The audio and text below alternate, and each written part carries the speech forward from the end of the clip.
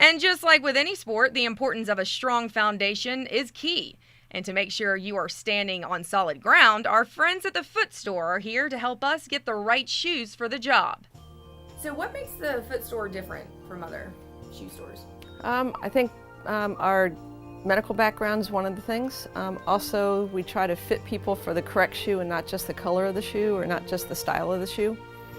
That's the big part for us. We want to make sure we measure your feet, and what your foot measurement is isn't always what your shoe size is. But we want to measure the feet because then we know how that shoe fits or how a certain shoe might fit on your feet. So we watch you walk. We want to see whether you pronate, whether you are a heel striker, whether you are a toe walker up on the ball of your foot, any number of things, how high your arch is, how low it is.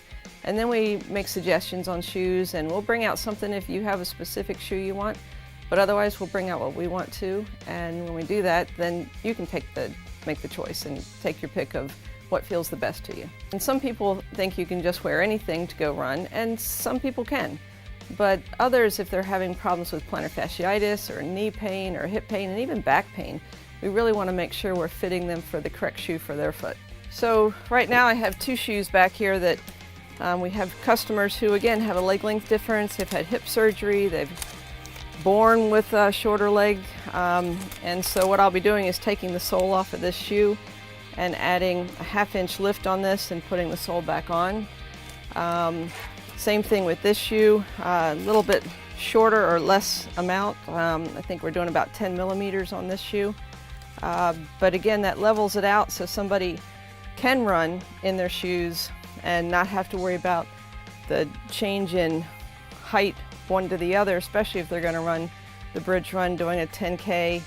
Over time, that's just going to abuse the joints. So we fine tune. We're just not, here's your shoe, see you later. We try to make sure it's the best for that person, and if it involves needing a lift, we can do it. We do a great deal with inserts. Not everybody needs them, and you don't need to have them when you come in and buy a shoe. It's not that we're going to put you in an insert with every pair that we sell, but if the shoe is not supportive for what your foot need is, then we may suggest an insert. If the shoe's, again, what we want, then we typically are going to put you in a shoe that hopefully you don't need the insert. But we have about 20 different kinds of inserts, depending on your foot. Again, not everybody should be in the same company insert. So we do well with inserts. And we have actually one that we customize called Foot Balance, and you can get your sort of custom orthotic in about 45 minutes and you walk out the door with it. So shoes, there's different types, and you can spend anywhere from $50 up to, $200 basically on some running shoes. But the problem is that everybody thinks if they buy the $200 one, that's the best one for them. And it may not be.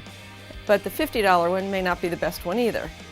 So you want to get a shoe that's, average pricing is about $120, somewhere around there. We sell shoes that are traditional shoes, Brooks, Asics, Saucony, Mizuno, but we also sell shoes like Ultra, Hoka, On, some of these companies that no one's heard of. And we understand what those shoes are doing, so that's why we bring them in to sell them. But the other part of this is how long should they wear that shoe? We see people coming in that they've had their shoes for 2 years. Well, athletic shoes are meant to break down, and they break down in mileage. So if you're standing in the shoe all day, or if you're walking in that shoe, or running in that shoe, or even just doing CrossFit in that shoe, that takes up wear and tear of the shoes. So we talk about 500 miles of wear on average.